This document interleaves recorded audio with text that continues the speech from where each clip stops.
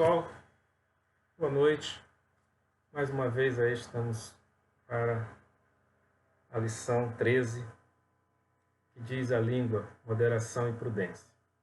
Nosso texto básico está no capítulo 6 do livro de Provérbios, versículos 16 a 19, a qual nós iremos ler agora, que diz assim: Há 6 coisas que o Senhor odeia, 7 coisas que ele detesta: olhos altivos, língua mentirosa, mãos que derramam sangue inocente, coração que traça planos perversos, pés que se apressam para fazer o mal, a testemunha falsa que espalha mentiras e aquele que provoca discórdia entre irmãos. O objetivo desta aula é justamente fazer com que o aluno reflita sobre a necessidade de usar a sabedoria, suas palavras, fazendo delas uma fonte de bênção para os outros e para si próprio. Então, como podemos ver, aquilo que deve nos orientar sempre em tudo aquilo que nós fazemos na vida é justamente a sabedoria. E uma vez que a sabedoria faltar para nós, faltar para qualquer um, os resultados podem ser desastrosos. Os resultados, eles podem levar pessoas à vida, pessoas à morte, pessoas a perderem as suas vidas. Por isso que o objetivo desta aula é justamente fazer com que você não perca esse foco, não perca a sabedoria, porque muitas vezes, quando nós não usamos dela, nós podemos causar danos irreversíveis na vida das pessoas. É necessário que nós atentemos para tudo aquilo que a palavra nos ensina, justamente para que nós não venhamos a cair em erros drásticos. E Salomão, ele vai considerar três situações para que nós possamos usar de sabedoria as nossas palavras. E assim, essa lição de hoje, ela vai nos apresentar 3 tópicos distintos. O primeiro dele vai falar justamente sobre o poder das palavras. O segundo tópico vai falar sobre o limite das palavras. E o terceiro tópico, o bom uso das palavras. Sobre o poder das palavras, a gente pode aqui levantar a seguinte questão, ou melhor, as seguintes questões. Qual a capacidade de penetração das nossas palavras? E qual a sua capacidade de propagação? É bem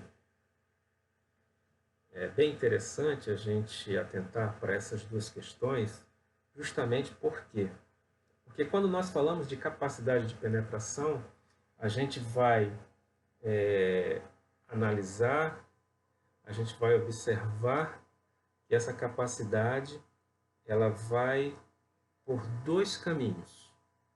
O primeiro caminho é o caminho positivo, Aquela palavra proferida, ela vai ter um efeito positivo na vida das pessoas. E o segundo efeito é o efeito negativo. Então, as palavras, elas podem penetrar na vida das pessoas e elas podem causar um efeito benéfico ou podem também destruir a vida das pessoas. Então, essas palavras, elas têm poder de penetrar a alma humana. Elas têm o poder de edificar e têm o poder de arruinar a vida das pessoas. Segundo, essa questão da propagação. As palavras, elas se propagam. As palavras, elas não se perdem ao vento. As palavras, elas têm uma abrangência. Dentro dessa capacidade de propagação, As palavras elas têm uma abrangência. As palavras elas têm um objetivo. As palavras elas causam um resultado na vida das pessoas. Então é por isso que nós devemos, como cristãos, sempre ponderar aquilo que nós iremos falar, né? Então, o nosso foco como cristão é justamente moderar a nossa fala, e sempre quando nós formos falar, aconselhar, né, ajudar alguém, nós devemos usar sempre a prudência e a sabedoria.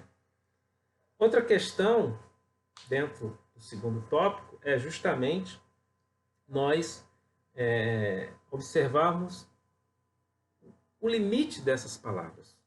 Qual o limite das palavras, né? Primeiro, as palavras elas não substituem os atos, né? As palavras elas têm uma limitação. Segundo, as palavras elas não alteram os fatos. Então, é sempre importante observar, dentro do limite das palavras, esses dois aspectos, que as palavras não substituem os atos e que as palavras não alteram os fatos, né? Então, a gente pode até levar para efeito prático essas duas questões, sobre o fato de que as palavras não substituem os atos, é que as nossas palavras elas devem, digamos assim,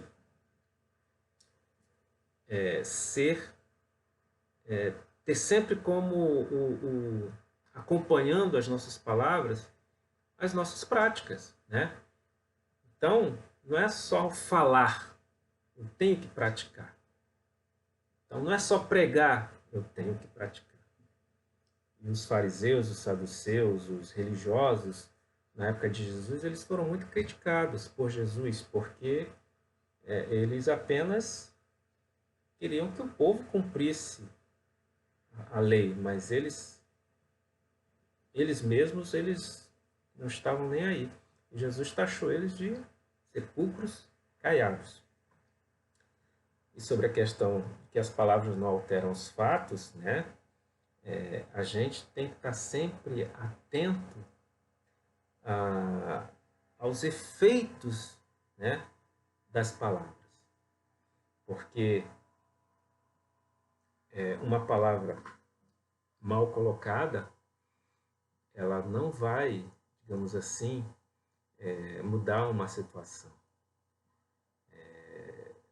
A gente pode até citar como exemplo aqui quando Adão pecou e que Deus tinha dado uma palavra para que eles não viessem a comer do fruto proibido, nem da árvore do bem e do mal, nem da árvore da vida, mas eles desobedeceram a palavra de Deus. E lá, quando eles já estavam, né, flagrados no ato do pecado, eles deturparam, tentaram mudar ali um fato que na realidade não tinha mais jeito. A narrativa deles, a versão deles foi insuficiente para mudar todo aquele quadro que já estava desenhado, né? Então não adiantou, porque o pecado ele foi introduzido no mundo. E por fim, lá em Lucas 6,45, onde ele diz que a boca fala daquilo que o coração está cheio, né? Nós iremos aqui no terceiro tópico falar sobre o bom uso das palavras. Primeiro, fale com honestidade. É dever do cristão ser honesto. Honestidade não se vende. Cristão, se ele tiver que morrer porque ele é honesto, ele tem que morrer, né? Então, nós, como cristãos, temos o dever de ser honestos. Outra coisa, ainda dentro desse bom uso das palavras, fale com moderação. Fale o menos possível, meu irmão. Não tropece nas palavras, né? Então, quanto menos você fala, menor é o risco de você errar. Quem fala demais acaba caindo em transgressão, mas quem controla a língua é sábio. E nesse aspecto da língua, a gente sabe muito bem que Tiago vai falar sobre isso, sobre a questão desse pequeno órgão que pode ser capaz de incendiar uma floresta inteira. Então, devemos ficar atento a isso. Pense antes de falar, né? Quem fala por último fala melhor. Por isso que Deus deu a nós, ao ser humano, essa capacidade de raciocinar, de pensar, de analisar. Só o ser humano tem essa capacidade. Então use esse instrumento antes de falar. Ele não está aqui na nossa cabeça à toa. Nós precisamos usar mais a nossa razão em prol da palavra de Deus. E aqui ele está dizendo, pense antes de falar. O coração do justo medita o que há de responder, mas a boca dos ímpios derrama maldade. Ou seja, tudo aquilo que nós, como justos, como pessoas cristãs, devemos fazer é pensar antes de falar. Fale com temperança. Quem fala com calma demonstra o quê? Inteligência. Quem ouve e analisa antes de emitir sua opinião pode ter um resultado mais eficaz, né? As suas palavras, elas podem trazer uma eficácia que você nem imagina. Porque a Bíblia diz que a resposta branda desvia o furor, mas a palavra dura suscita a ira. Então, por isso, fale com temperança, converse com calma. Fale com justiça. Falar pouco não significa se omitir. Precisamos falar o necessário na hora certa e de forma eficaz, sem jogar a conversa fora. Fale com espiritualidade. Nós, como cristãos, devemos ter sempre como fonte das nossas palavras, dos nossos atos, a palavra de Deus. Nós precisamos estar conectados sempre com Deus. Essa é a nossa espiritualidade. E quando nós falamos de espiritualidade, nós aqui nos remetemos a Jó. Jó, em todo momento da sua vida em que ele passou por aquelas dificuldades, ele não ousou em lançar uma palavra de maldição para quem quer que fosse, para os seus detratores, para as pessoas que humilharam ele, para os seus amigos. Muito pelo contrário, Jó orou por eles. E isso fez com que o cativeiro de Jó mudasse. E lá no final da sua vida ele vai dizer assim, que antes eu te conhecia, Deus, de ouvir falar, mas agora os meus olhos te veem. O que uma palavra sábia não faz na vida da pessoa? Meus irmãos, vamos fazer como Jó, vamos ser sábios nas nossas palavras. Que este seja o compromisso firmado entre você e todos os demais membros da igreja na presença de Deus. Que Deus assim nos abençoe.